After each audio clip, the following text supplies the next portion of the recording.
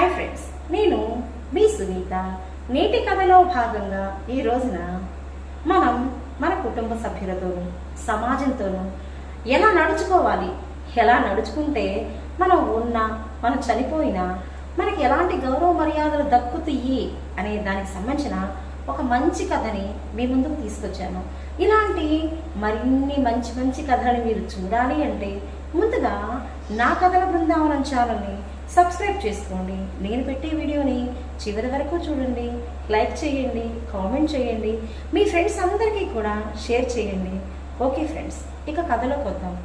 ఒక రామాపురం అనే ఒక గ్రామంలో కాంతమ్మ గారి కుటుంబం ఉందండి. ఇక్కడ కాంతమ్మ గారి కుటుంబంలో కాంతమ్మ గారిది పైచేయిగా ఉండేది. అంటే భర్త మాట వినేది కాదు, ఆమె మాటే భర్త వినేవాడు అనమాట, కుటుంబ సభ్యులైనా.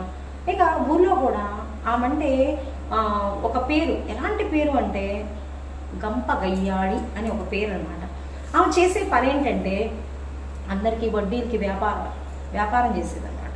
అంటే ఈ వడ్డీ వ్యాపారంలో డబ్బు ఇచ్చినప్పుడు ఏదో ఒక వస్తువుని తాకట్టు పెట్టుకోలేదు, పుట్టిగా ఇచ్చేది కాదు, ముందే కొంత ధనాన్ని తీసుకునేది.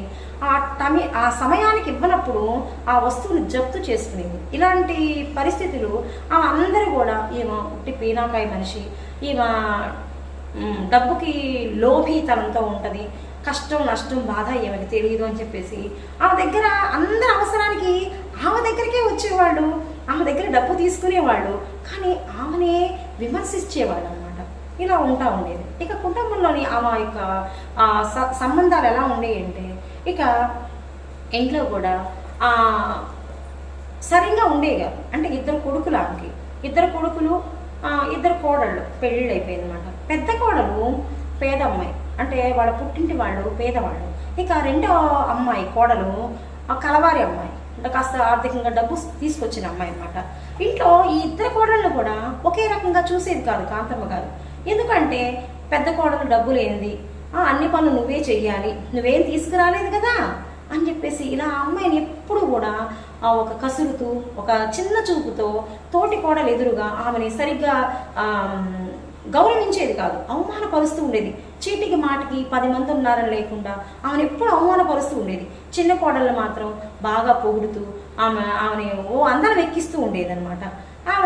ఇక వాళ్ళ భర్త పెద్ద కొడుకు, నేను మా అమ్మ తిట్టిందా, మరి ఆమె చెప్పినట్టు నడుచుకోవచ్చు కదా అనేవాడే కానీ ఆమెని తప్పు పట్టేవాడు కాదు. ఇలా కాలం దొరుకుతూ ఉంటుంది అనమాట. ఒకరోజు ఒక అతను ఇంటికి వచ్చాడు. అమ్మ కాంతమ్మ గారు, నాకు 10 రూపాయలు అప్పు కావాలి అన్నాడు. మరి ఏం తెచ్చావురా అంది. ఏం తెచ్చేది అమ్మగారు, ఇదిగోండి చెంబు తెచ్చాను అన్నాడు. చెంబు, ఒరే నువ్వు పొద్దుటే చెంబు తీసుకెళ్తావు కదా, తెల్లారగడ తీసుకెళ్ళే చెంబు ఇదే కదరా అంటే, అవునమ్మగారు నాకు 10 రూపాయలు అవసరమైంది, మీరు తీసుకోవాలి కదా, ఏది వస్తువు పెట్టకుండా తీసుకోరు కదా అన్నాడు. మరి నువ్వేం తీసుకెళ్తావరా, నా తిప్పలేదా నేను పడతాను అమ్మగారు, నాకు 10 రూపాయలు ఇప్పించండి అన్నాడు. అనగానే ఆ చెంబు తీసుకొని వాడికి 9 రూపాయలు ఇచ్చింది, రూపాయి మినాయించుకుంది. ఇదేందమ్మగారు అంటే, ముందే తీసుకున్నా లేరా వడ్డీ పో అని చెప్పింది. అప్పుడే వచ్చిన వాడి యజమాని, ఆ ఇంటి భర్త కాంతమ్మ గారి భర్త, ఏమే ఈ చెంబులు తెపాడాలు ఏం చేసుకుంటావే, నెత్తరేసేవని కొట్టుకుంటావా, మనకి బోళ్ళంత దానం ఉంది, శుభ్రంగా ఉండొచ్చుగా, ఎందుకు ఈ డబ్బులు అని చెప్పేసి ఎంత చెప్పినా, నేను చెప్పానా నా విషయంలో నిన్ను కలగజేసుకోవద్దని చెప్పానా, ఎందుకు ప్రతి దాంట్లో దూరతావు, వినకుండా ఉండండి అని చెప్పింది. అనగానే ఇంతలోనే ఇంకొక అమ్మాయి వచ్చింది. వచ్చి, అమ్మగారు మా ఆయన ఊరెళ్ళారు, ఒక 4 రోజుల వరకు రారు, నాకు కొంత ఒక 50 రూపాయల డబ్బు అప్పుగా ఇవ్వండి అంది. ఏం తెచ్చావు అని అడిగింది. ఏమీ లేదమ్మగారు నా దగ్గర అంది. మరి ఏమీ లేకుండా డబ్బు ఎలా ఇస్తానే, నేను ఎప్పుడన్నా ఎవరికైనా ఇచ్చానా, లేదు వెళ్ళు నేను ఇవ్వను అంది. అలా కటువుగా చెప్పేసరికి ఆ అమ్మాయి మొహం మార్చుకుని పక్కకి వెళ్ళిపోతూ ఉన్నప్పుడు ఇక ఆ యొక్క యజమాని పక్కకి పిలిచాడు. అమ్మాయిని పిలిచి 100 రూపాయలు చేతిలో పెట్టాడు. ఏంటి అమ్మగారు ఇచ్చారా అండి కాంతమ్మ గారు అంటే, లేదు నేనే ఇస్తున్నాను, నువ్వు నాకు వడ్డీ ఇవ్వద్దు, మీ ఆయన వచ్చిన తర్వాత ఈ డబ్బు నాకు ఇద్దులే అని చెప్పేసి ఇచ్చి పంపించాడు. అయ్యగారు ఎంత మంచివాళ్ళు, అమ్మగారు కఠినాత్ములు కానీ అయ్యగారు మంచివాళ్ళు. మరి అంతే కదా, ఒక మనిషిని అడిగినప్పుడు ఇవ్వను అన్నప్పుడు, ఒక మనిషి ఇస్తున్నప్పుడు వాళ్ళు మంచివాడు కానీ వీళ్ళు చెడ్డవాడుగానే ఉంటారు. ఇలా అనమాట.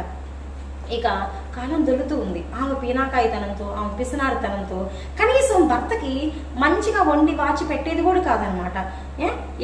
ఇవాళ ఏముండాము అంటే తోటలో వంకాయలు వండాము అంటే, ఎప్పుడు చూసినా తోటలో వంకాయలు, తోటలో ఈ కాయలేనా, చక్కగా పప్పుచారు మాంసాలు వండి పెట్టచ్చు కదా, ఇన్నాళ్ళు కష్టపడ్డాము, చక్కగా సంతోషంగా తినొచ్చు కదా అని ఎంత చెప్పినా సరే, ఏంటి మొహవాసినట్టుగా తిండికి తింటానే ఉంటావు, ఎప్పుడు ఏడుస్తావు అని చెప్పేసి భర్తకు కూడా చిన్న చిన్న చిన్న విషయాలే కోరిక. ఒక పప్పుచారు తింటే పెద్ద విశేషం ఏం కాదు, కానీ అది కూడా తినేయకుండా అంత గట్టిగా పట్టుబట్టి పీనాకాయితనంతో డబ్బులు దాస్తూ ఉండేది కాంతమ్మ.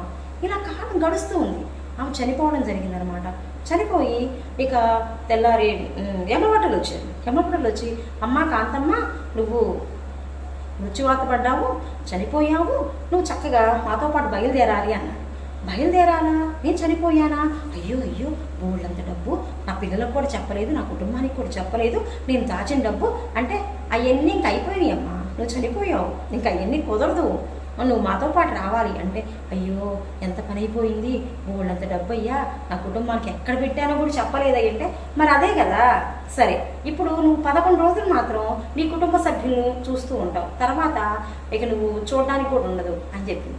సరే ఫోన్లే, ఇక నేనేం చేసేది లేదుగా, నా చేతుల్లో లేదు కదా, ఈ 11 రోజులు నా కుటుంబం నన్ను ఎంతగా ఆదరించిందో, నా మీద ఎంత ప్రేమ పెట్టుకున్నారో అని అన్నీ చూస్తారని చెప్పేసి ఆ కాంతమ్మ గారు అనడం జరిగింది. ఇక తెల్లవారింది. ఇక కాంతమ్మ గారి భర్త కాంతమ్మ గారిని లేపుతున్నారు. ఏ కాంతం లేవే, తెల్లవారింది లే అని లేపుతున్నాడు. లేపుతుంటే కాంతమ్మ గారు లేవడల్లా, చనిపోయారు కదా, లేవడల్లా. లేకపోసరికి, ఏ కాంతం, ఎవరో అప్పు తీసుకోవడానికి వచ్చారే, డబ్బు కావాలంట, వడ్డీ కావాలి అని చెప్పేసి ఇలా అనగానే లెగుస్తుంది. అంటే ఏంటినా, ఎంత ఎగతాడైపోయిందా నా జీవితం మా ఆయన దృష్టిలో అని చెప్పేసి కాంతమ్మ గారు పక్కన ఉంటారు. అవునమ్మా, నువ్వు అందరికీ డబ్బులు ఇస్తావు కదా, అందుకని నేను అలా బతుకున్నావు లేపుతున్నారు.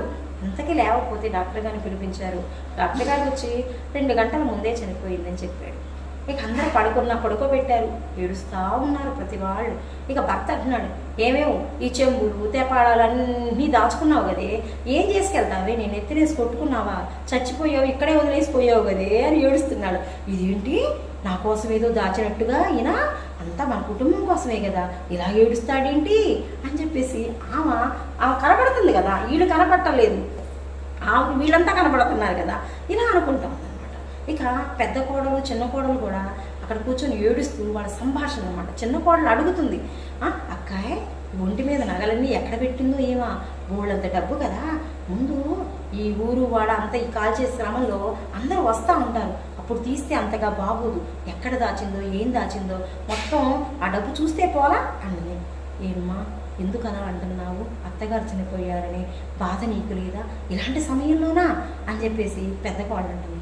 అయ్యో అయ్యో అయ్యో, నా చిన్న కోడలు నెత్తిని పెట్టుకున్నానే, అయినా సరే దానికి డబ్బు మీద ఉన్న వ్యామోహం, నేను చచ్చానని బాధ కూడా లేదు దానికి, చూసావా పెద్ద కోడలు ఎంతగా ఇచ్చేసాను, ఆ అమ్మాయి నన్ను ఎంత ప్రేమిస్తుంది అని చెప్పేసి అంటుంది.